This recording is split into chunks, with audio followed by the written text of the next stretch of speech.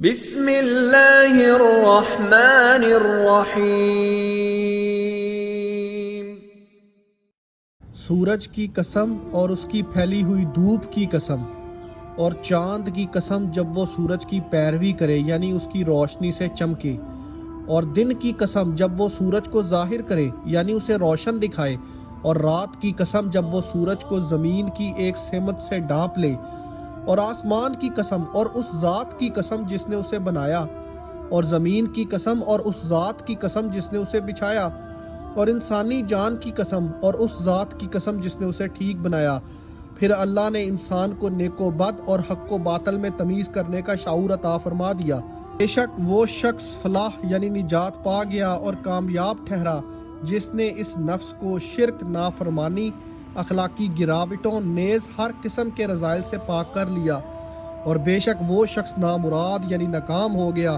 جس نے اس نفس کو گناہوں میں ملوث کر کے آلودہ کیا۔ قوم سمود نے اپنی سرکشی کے باعث اپنے پیغمبر صالح کو جھٹلایا،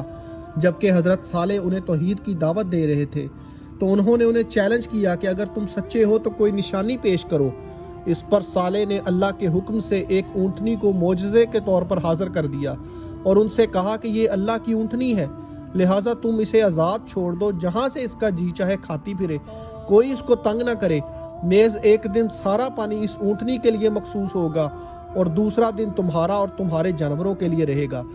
حضرت صالح نے اپنی قوم سے یہ بھی کہا کہ اگر تم نے اسے ہاتھ لگایا تو یاد رکھو کہ تم پر سخت عذاب نازل ہو جائے گا۔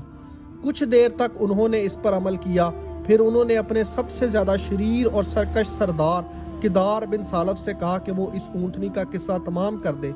چنانچہ وہ اس کام کا ذمہ لے کر اٹھ کھڑا ہوا، حالانکہ صالح نے اپنی قوم سے فرما دیا تھا کہ اللہ کی اس اونٹنی اور اس کو پانی پلانے کے دن کی حفاظت کرنا، مگر قوم سمود نے حضرت صالح کو جھٹلا دیا۔ پھر کدار نے اس اونٹنی کی کونچیں کاٹ ڈالیں تو ان کے رب نے ان کے گناہ کے سبب ان پر ہلاکت نازل کر دی، پھر پوری بستی کو خاک میں ملا کر برابر کر دیا، اور اللہ کو ان کے تباہ کن انجام سے کوئی خوف نہیں، یعنی قوم سمود کو تباہ کرنے کے بعد اللہ کو یہ کوئی خطرہ نہیں ہے کہ کوئی طاقت اللہ سے اس کا بدلہ لے گی، کیونکہ اللہ سب پر غالب ہے اور کسی مخلوق میں اتنی طاقت نہیں کہ وہ اللہ کے کسی فیصلے کو چیلنج کر سکے۔